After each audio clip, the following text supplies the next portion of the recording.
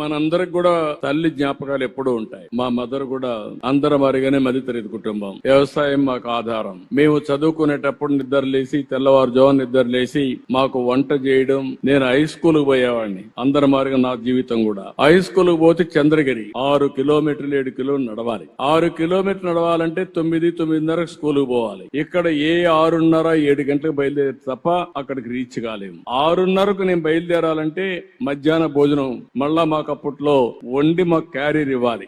అప్పుడు పొట్లాలు కూడా కట్టేవాళ్ళం. క్యారియర్ తీసుకుపోవాలని మళ్ళా తీసుకురావాలి కాబట్టి ఈ మారిగా పొట్లాలు ఇప్పుడు చేస్తున్నారు, ప్యాకెట్ చేసి ఇచ్చేసేవాళ్ళు. దాన్ని పుస్తకాలతో పెట్టుకుని బ్యాగ్ లో పెట్టుకుని వెళ్ళేవాళ్ళం. అంటే 5 గంటలకు నిద్ర లేసి 4 గంటలకు నిద్ర లేసి వంట చేసి మాకు స్నానాలు చేపించి స్కూల్ కు పంపించేది. అక్కడి నుంచి ఓసారి ఆలోచించేవాడిని, ఎవరన్నా గెస్ట్ వచ్చినా బంధువులు వచ్చినా నేను రాజకీయాల్లో గెస్ట్లు వచ్చినా వంట చేసేవాడు. ఆ వంట చేసినప్పుడు ఆ వంట గదికి పోయి వస్తే బయట వస్తే కళ్ళంతా నీళ్లు కనపడేటివి. అంటే ఆ పొగంతా వచ్చేది, కడుపులేకి పొగబోయేది, కళ్ళ నీళ్లు వచ్చేటివి. అది చూసిన తర్వాత నాకు అనిపించింది, ముఖ్యమంత్రి అయిన తర్వాత నా తల్లి పడిన కష్టాలు ఏ ఆడబిడ్డ పడకూడదనే ఉద్దేశంతోనే దీపం ద్వారా వంట గ్యాస్ సిలిండర్లు మీకు ఇచ్చాను. దేశంలో ఎవరికి ఆలోచన రాలేదు. మా తల్లి కష్టాలు చూశాను. అందుకే నా ఆడబిడ్డలు అవస్థ పడకూడదనే ఉద్దేశంతో 95-97లోనే ఆడబిడ్డలందరికీ గ్యాస్ సిలిండర్లు ఇచ్చాను. ఇప్పుడు మళ్లీ కొంతమంది రేట్లు పెరిగాయని